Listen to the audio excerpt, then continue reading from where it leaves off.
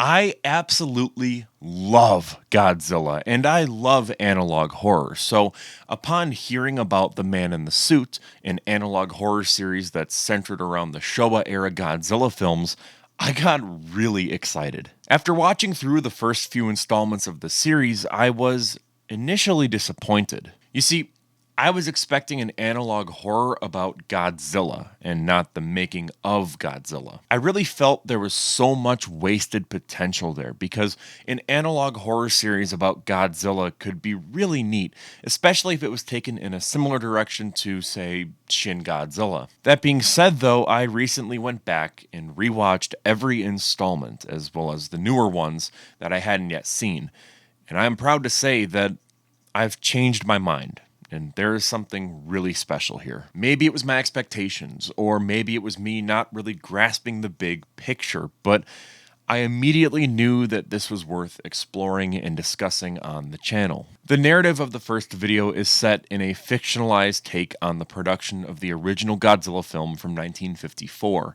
where a man donning the Godzilla suit for the first time develops an eerie attachment to it, stubbornly refusing to shed the costume. Initially dismissed as just quirky behavior by the production crew, who playfully comment on never seeing the man's face, the situation turns sinister. During filming, the man abruptly ceases his performance, ignoring the crew's attempts to capture his attention, and concerned for his well-being, the crew intervenes and removes the suit, only to unveil a far more chilling revelation.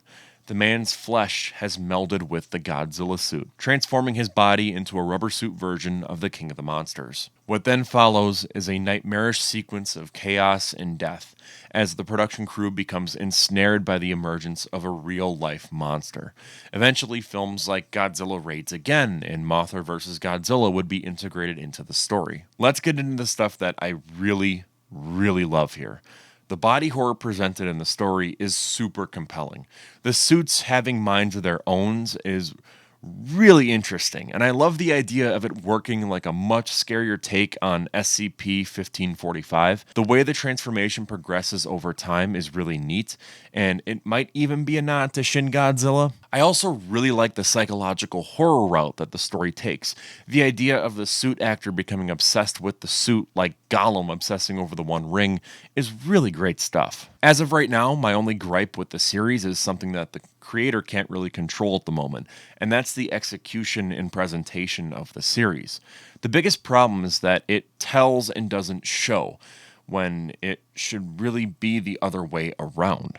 From my understanding, the creator of the series is a kid who made the first episode on their phone, and that in and of itself is so impressive. However, if we just put those limitations aside for a very brief moment, I do think that the series is being held back by its overall presentation, and I would love to see more being done with the overall concept. I'm not asking for full-on Blender animated stuff as good as like Kane Pixels, but the fan videos around this series have been phenomenal. All I'm saying is, I would just like to see more risks being taken with the presentation of the series, and that could be having more live action portions, maybe even incorporating video at certain points to a bigger degree. This is more of a rant about analog horror as a subgenre right now and not this series. I don't want to seem too mean or anything, because don't get me wrong, I love this series, but this is something that has kind of been eating away at me. The first Mandela Catalog episode dropped nearly 3 years ago, and we're still seeing analog horror videos that are piggybacking off that aesthetic. There's a reason the analog horror subgenre has been so stagnant as of late, and it's because everything just feels so derivative, with the exception, as of late, being the man in the suit. I really don't want this to be interpreted as me being mean or bullying the creator.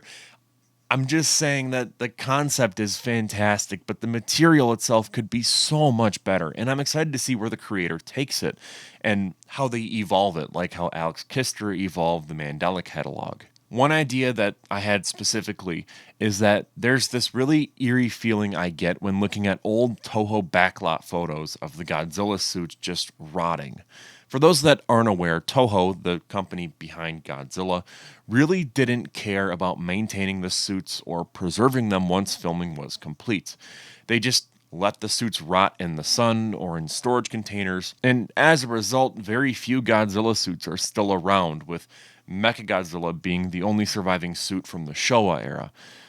some from the Heisei still exist, and I think the majority of the Millennium ones do, but regardless. When looking at the old suits rotting in the sun in these old pictures, it really weirds me out, and I have trouble explaining this fear. It reminds me of animatronics from decommissioned Disney rides that are just rotting in some warehouse.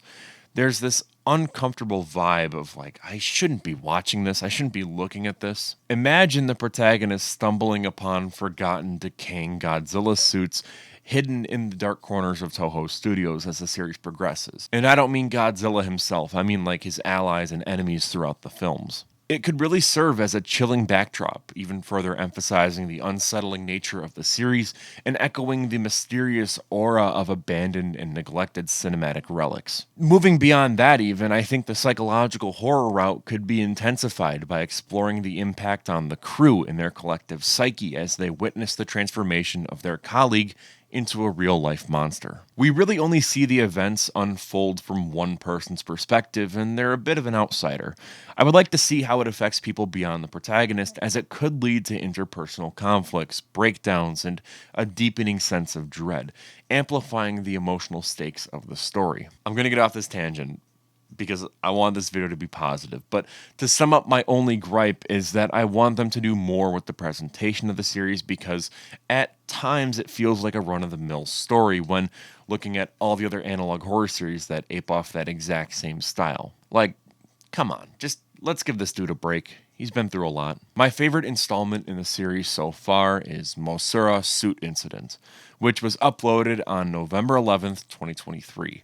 I'm going to go through it and explain why it resonated with me so well. Specifically, I want to talk about what actually makes it scary. However, I don't want this to be a substitute for the actual video itself, so go watch it, as I'll be skipping over certain details that aren't necessary to the analysis, and you really won't get the full experience. The video starts out with a red, distorted version of the Toho logo that appears at the start of every film they produce.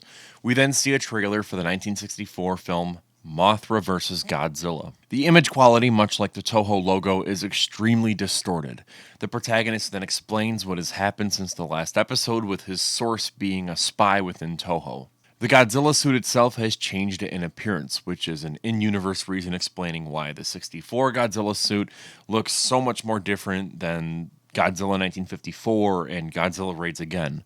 And in real life, it's just because they kept changing the suit to slim it down so it was easier for the actors to fight. The man in the suit has been put through hell by the producers and has been treated like a circus animal, as described by the protagonist. Toho then made the decision to have the next Godzilla adversary be a puppet, rather than another man in a suit after all the bad stuff that happened to Anguirus. The man in the suit perceived the Mothra puppet as a living being with someone inside of it. At first, Toho believed that they outsmarted the monster, until realizing someone needed to be inside the larvae that appeared during the film's climax. So an actress decides to take on the role because of the large security presence on set. She even invites her parents to the set, and they're really happy to just see her act, even if the act is just her squirming around on the ground as a larva. The man in the suit went after the puppet, but after realizing it's just a puppet, it went after the woman in the larva suit. The man in the suit bites down on the larva, and her parents try to intervene but are both mauled by the man in the suit. The security team surrounds the man in the suit, but suddenly it begins shaking and twitching before puking out red boiling liquid. Again, I wholeheartedly believe that this is yet another reference to Shin Godzilla, because Godzilla does something very similar in a deleted scene. But again, I'm not 100% certain on that, so for now, it's pretty cool. Regardless, the team captures the man in the suit and puts him in a secure location. Upon arriving back on set, they fear the worst,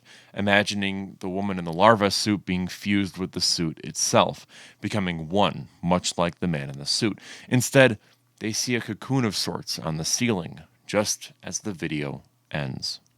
Equally depressing as it is horrifying, this episode's exploration of the mistreatment of the man in the suit adds a layer of real-world horror. The industry's exploitation of its talents becomes a chilling aspect that resonates beyond just the fictional narrative.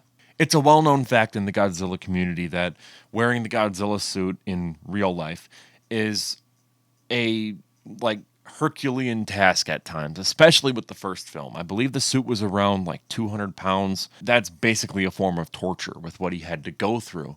And so, in a weird way, I think this series really kind of highlights that fact. The man in the suit's perception of the Mothra puppet as a living being, and then the subsequent attack on the woman in the larva suit, really contributes to the psychological horror. The blurring of reality and the impact of the character's psyche intensify the fear factor. I mean, this thing has no reasoning at this point. It sees something and just wants to attack it. It reminds me a lot of Travis the chimp. I'm not going to get too into that, but basically it was a chimpanzee that mauled one of the friends of its owners, all because she just picked up one of its toys. And this really kind of reminds me of that. There's no reasoning. Like, you can't try to talk to it or calm it down. It sees something and wants to kill it. On top of that, the disturbing transformation of the woman in the larva suit, culminating in the cocoon on the ceiling, introduces this body horror element that has obviously been present throughout the entire series, but there's something about it where it's unpredictable. We've seen now Godzilla and Anguirus, we've seen them fuse with the suits, and that's kind of been its own thing. And, the workers were anticipating that, but now this is something entirely different. It introduces this level of unpredictability, like, where is it going to go? What other monster suits are capable of something like this? The grotesque imagery, like the puking of red boiling liquid, adds a visceral and horrifying aspect to the story. The protagonist also only refers to the man in the suit as the man in the suit. He doesn't say Godzilla or Gojira, and this humanizes the monster in a really compelling way. The man in the suit brings together the captivating worlds of Godzilla and analog horror. It offers a unique and unsettling narrative that delves into body horror and psychological terror. The series introduces a fresh perspective on the iconic Godzilla suits, merging the eerie vibes of abandoned cinematic relics with a narrative that blurs the lines between fiction and reality. While the concept is undeniably strong, there is, I think, a lot more that the creator can do in the future that can elevate it beyond just the run-of-the-mill analog horror style. Again, I hope this video wasn't too negative because, again, the creator is just a kid. I'm not trying to bully them or anything. It's more just constructive criticism. As I, and I'm sure many others, anticipate the evolution of this series, there's probably an equal amount of excitement to see what the man in the suit is going to do next.